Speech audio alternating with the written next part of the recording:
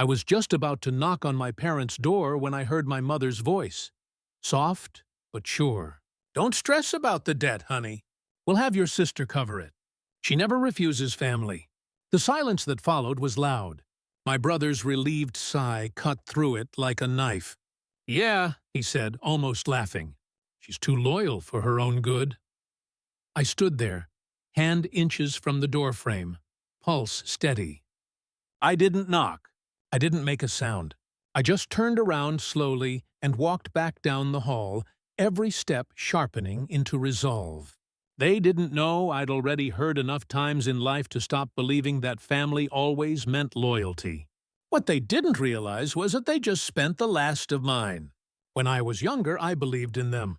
My parents, my brother, we were tight. Or so I thought. I was the responsible one, the problem solver. They called me their rock.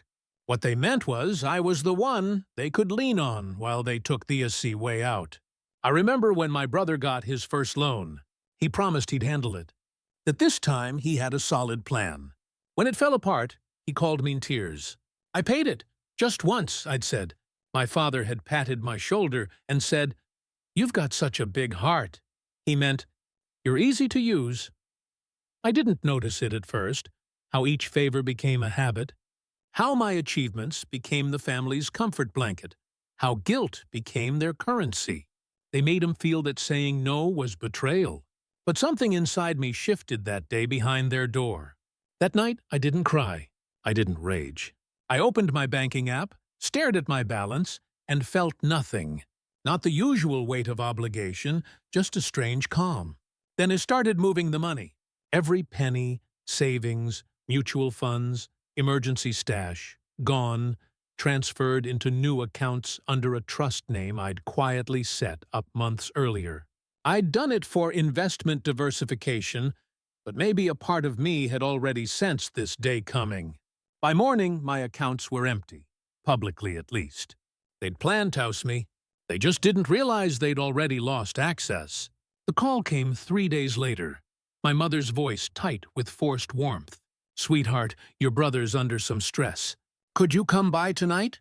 I almost smiled. "Sure," I said softly. When I arrived, the atmosphere was tense. My brother looked pale. My father avoided eye contact. They talked about the situation, how the lender was pressuring them, how my brother might lose his car, his apartment. Then came the hook. "We were thinking," my mother began carefully. "Maybe you could help us clear this just until he's back on his feet." The word help stung like poison sugar. I leaned back. "How much?" She named a number that would have gutted my savings if I still had any. I looked around the table. They were waiting for me to say yes. I always did. But I didn't. I just tilted my head. "That's a lot." "I wish I could help."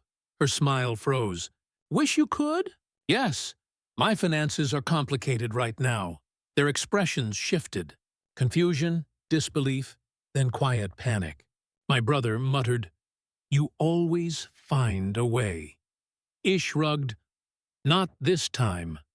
That night, I watched their illusion collapse. Over the next week, they called repeatedly. First polite, then desperate, then angry. "After everything we've done for you," my father shouted once. I almost laughed. "Exactly," I said, and hung up. But revenge wasn't just saying no. That was too easy. I wanted them to feel what they'd made me feel for years. Cornered, used, and disposable. So, I went quiet. I let the calls go unanswered. I let the panic simmer. And then I started phase 2. My brother's business was under my name for tax purposes, a temporary fix I'd agreed to a year ago to help his credit. He never bothered reading the documents I'd filed afterward, so legally I had full right to dissolve the company. And I did with one digital signature. A polite letter went out to the creditors. The company was closing, assets frozen, pending review. My brother's accounts were tied to it. Overnight, his access vanished. By the time he realized it was too late. He called me at midnight, voice trembling. You can't just shut everything down. That's my life." I let him talk. Let him choke on every excuse he'd ever thrown at me.